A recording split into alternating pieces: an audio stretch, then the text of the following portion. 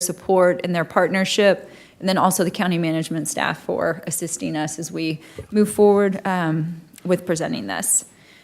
I'd like to first go through quickly, I know you've seen this, but I know some people may not have, especially since this is a new agenda item, quickly the PowerPoint that we presented at the public hearing. So first off, as we develop the annual budget, we take into account several things. One is our budget principles, again, maintaining a sufficient general fund reserve, funding ongoing operating expenditures with ongoing revenue sources, and estimating revenues using a conservative approach. We also look at the board's strategic priorities as a guiding factor. The board establishes those for a period of 2 years. And it listed here are those 4 priorities, which includes improving housing options, completing and maintaining infrastructure needed to support our community, investing in our workforce, and providing a safe and healthy community through the lens of sustainability and diversity, equity, and inclusion. The 2023 community priorities are also listed, and we use that as a landscape for the budget. County achieved a satisfaction rate of 90% and above as a place to live, raise children, and work. Community's top priorities were MedAct, emergency preparedness, parks, libraries, and elections. And 2 services that the community thought had the highest opportunity for a rate on return was aging and human services and mental health services. With the guiding principles and priorities, the 2024 proposed budget is $1.79 billion, comprised of $1.26 million in expenditures and $528 million in reserves. There are 4,269.88 FTE included in the 2024 proposed budget. This is an increase of 75.64, but 33.5 of that is being funded with taxes. And then the CIP totals $376.8 million.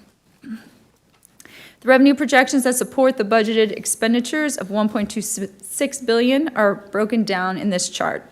Main revenue sources are property taxes at 27.5%, charges for services at 23.5%, sales and other taxes at 14.9%, and then bond proceeds for wastewater at 10.5%.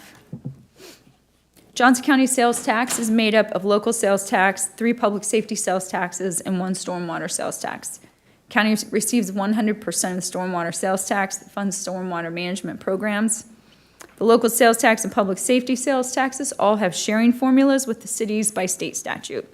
So as you can see, although the county levies 14.5% of sales taxes, we only retain 7.4%. The state receives 100% of their sales tax, and the cities levy 14.4% but receive 21.5%. Total proposed budget is $1.79 billion. Reserves equal $528 million. The other $1.26 billion is budgeted expenditures. There are expenditures that have dedicated revenue sources excluding property taxes. They include grant and fee expenditures, wastewater, airport, and other outside funds with dedicated revenue sources. There are also transfers between departments that meet the GAAP accounting principles. Park and Recreation and library funds also have their own taxing district. County General Services expenditure budget of $540 million is primarily what the county taxing district property taxes fund. This includes examples such as the sheriff, DA, MedAct, mental health, and public health. So although the budget is $1.79 billion, you can step down to the $540 million when you're looking at county tax-funded services. Once you remove reserves, the budget expenditures are $1.2 billion. When looking at the budget by strategic program area, infrastructure, which includes departments such as wastewater, public works, and airport, is 35% of the budget, and public safety is 26.5%.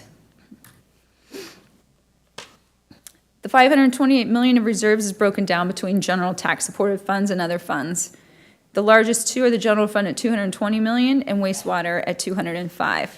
The $269.6 million of other funds are restricted funds and cannot be used for general operations. And looking at what's included in the proposed 2024 budget, there were 24 FTE added that are funded with county property tax. They include 1 for Medicare health insurance counseling, 10 for the Sheriff's Department or office, 4 for the District Attorney's Office, 7 for MedAct, and 2 for paramedicine that are also within MedAct. In addition, there were 20 funded by other revenue sources. It's 1 for wastewater, 11 for mental health, 4 for problem-solving beds, 3 for park and recreation, and 1 for the libraries. The ratio of FTEs to population steadily declined from 2008 to 2016. They've remained relatively stable. The proposed 2024 capital improvement program totals $378 million. 50% of that is for wastewater, including the replacement of the Nelson wastewater treatment facility. Support services is 24%. However, the majority of that is related to a new human services building that will house mental health and public health.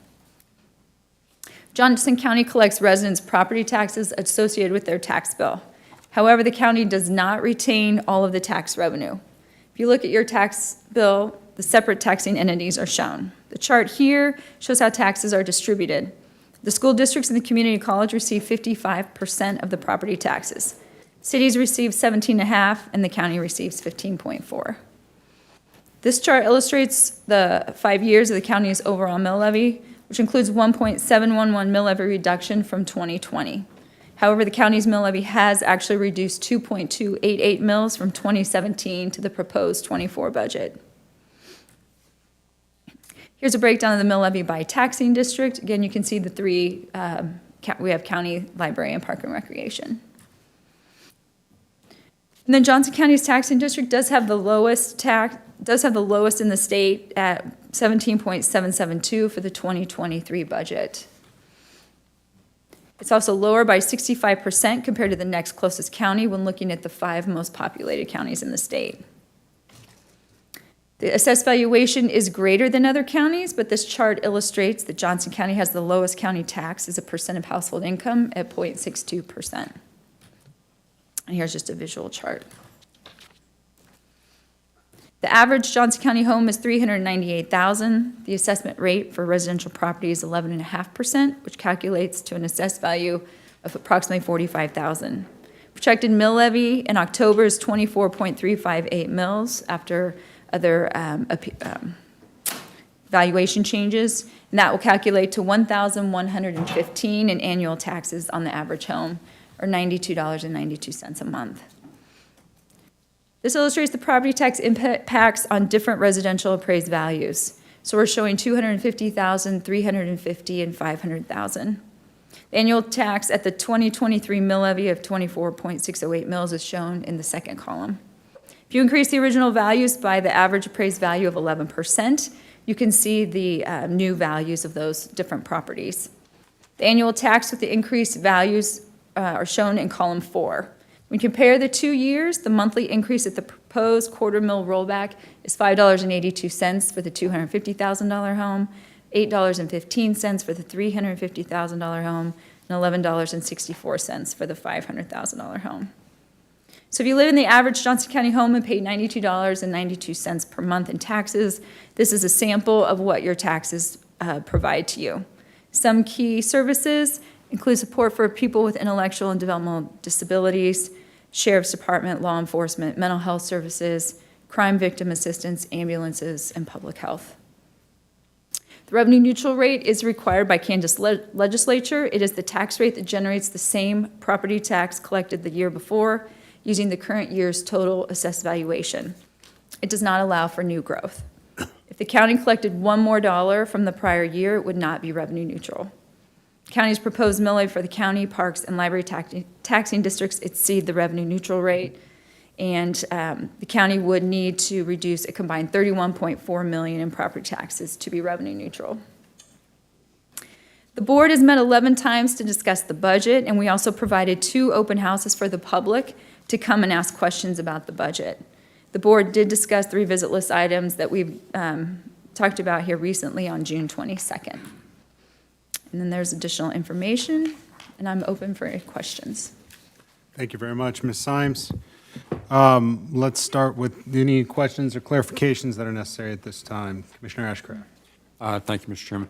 Ms. Symes, back on slide 11, if you can.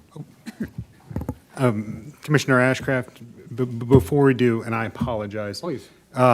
We have taken it upon ourselves in our schedule with these items to take the public comments before the discussion. Fair enough. And so I apologize for just falling into that routine. But at this time, we're going to ask Ms. Symes to step aside. We'll take the public comments for this item in the order in which they were received. Starting with on Zoom, with the clerk, let me know when we're ready to start with the virtual public comments.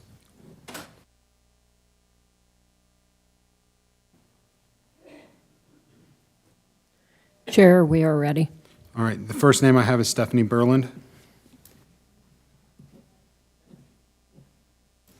Stephanie Berlin, Olathe, Kansas. After the budget vote the other evening, my friend Sue called me again. She was disappointed and amazingly surprised by the vote. I asked her why, and she said it was the unprofessionalism and arrogance exhibited by some on the dais. On video, commissioners and staff were laughing out loud at citizens whom they serve. She went on and asked, Stephanie, how am I going to make it with kids and aging parents? How am I going to feed and shelter everybody? I said, Sue, silly Sue, how can you be so selfish for wanting food and shelter? I'll give you a little piece of advice because I think this is what the county would tell you to do based on their actions and budget. You pack up those hungry little darlings and you head on down to that orange art sculpture via bike or transit. Yes, Sue, there is an orange sculpture, and maybe bring grandpa and grandma and stand in front of that orange and be in awe and just take it all in. Because we all know that all art and culture may not nourish your body physically, Sue, but per the BOCC, it nourishes your soul. And that is what is important right now. I told her she was lucky because I think catty corner, there are the big letters J and O in a lot that was once grass and trees. I'm not sure when the letters K and E will arrive, but I told her she will just walk over there and take that into since she paid for it, but wish she had that money in her pocket. Then, Sue, when your parents return to the house they may lose and you tuck your little ones in with grumbling bellies, you tell them that in this county, it is not about basic decency, necessities, priorities, living within your means due to unprecedented inflationary economic indicators. No, it is about image, being bougie, selling out the lower and middle class, and thumbing your nose at every concerned constituent that stands at this podium with their story. It's making deals over cheese, wine, and laughter by an elite few that the public pays for but cannot ask questions. It's about acting upon a few manipulated surveys versus the voice of hundreds of real people. Have a great day, Sue. Next is Renee Dinsmore.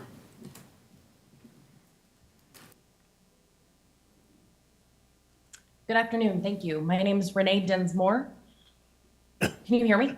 We can hear you. Okay, sorry, I didn't see the clock start, so I was just checking.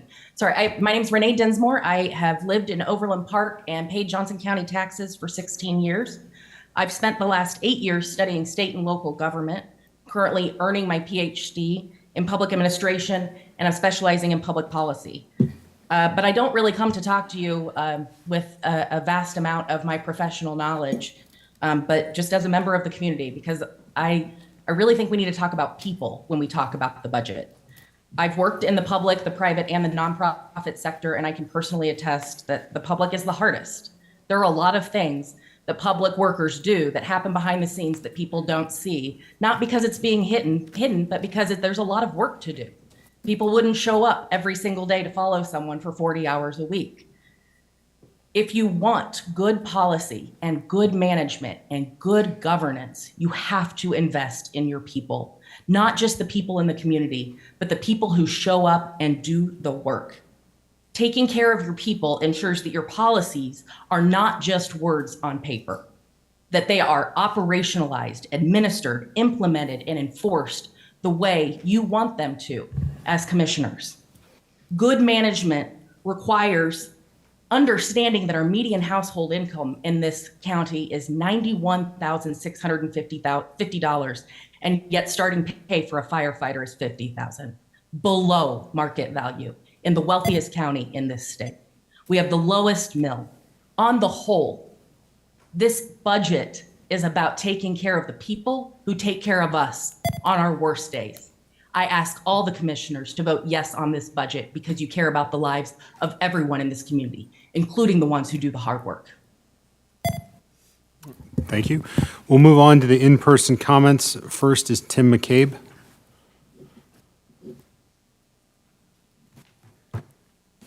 Tim McCabe, Lenexa. First off, for any of you to go scorched earth and imply no one gets fire and rescue unless we pass